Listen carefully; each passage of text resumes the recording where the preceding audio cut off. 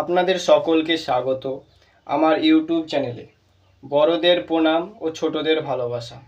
তো আজ আমরা জানব শ্রীকৃষ্ণের সর্বোত্তম জ্ঞান, যা তিনি প্রদান করেছেন সকল জীবের উদ্ধারের উদ্দেশ্যে। হ্যাঁ, আমি শ্রীমদ্ ভগবদ্ গীতার কথাই বলছি।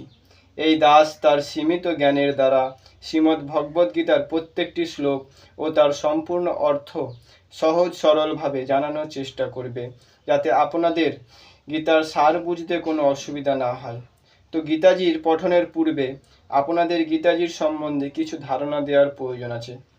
যেমন, কখন কার উদ্দেশ্যে পরমেশ্বর এই জ্ঞান প্রদান করেন, এর অধ্যায়গুলির নাম ও এর সর্বমোট কটি শ্লোক। কম বেশি আমরা সকলেই জানি যে শ্রীকৃষ্ণ অর্জুনকে এই জ্ঞান প্রদান করেন কুরুক্ষেত্রের রণাঙ্গনে, যখন অর্জুন সম্পূর্ণরূপে ভেঙে পড়ে।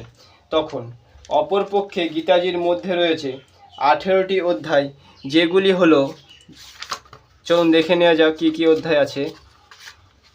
প্রথম অধ্যায় বিষাদ যোগ, দ্বিতীয় অধ্যায় সাংখ্যযোগ, তৃতীয় অধ্যায় কর্মযোগ, চতুর্থ অধ্যায় জ্ঞানযোগ, পঞ্চম অধ্যায় কর্মসন্ন্যাস যোগ, ষষ্ঠ অধ্যায় ধ্যান যোগ, সপ্তম অধ্যায় বিজ্ঞান যোগ, অষ্টম অধ্যায় অক্ষর ব্রহ্ম যোগ, নবম অধ্যায় রাজগ্রাহ্য যোগ, দশম অধ্যায় বিভূতি যোগ, একাদশ অধ্যায় বিশ্বরূপ দর্শন যোগ, দ্বাদশ অধ্যায় ভক্তি যোগ, ত্রয়োদশ অধ্যায় প্রকৃতি পুরুষ বিবেক যোগ, চতুর্দশ অধ্যায় গুণত্রয় বিভাগ যোগ, পঞ্চদশ অধ্যায় পুরুষোত্তম যোগ, ষোড়শ অধ্যায় দেবাসুর সম্পদ বিভাগ যোগ, সপ্তদশ অধ্যায় সাধ্যাত্রয় বিভাগ যোগ, অষ্টদশ অধ্যায় মোক্ষ যোগ।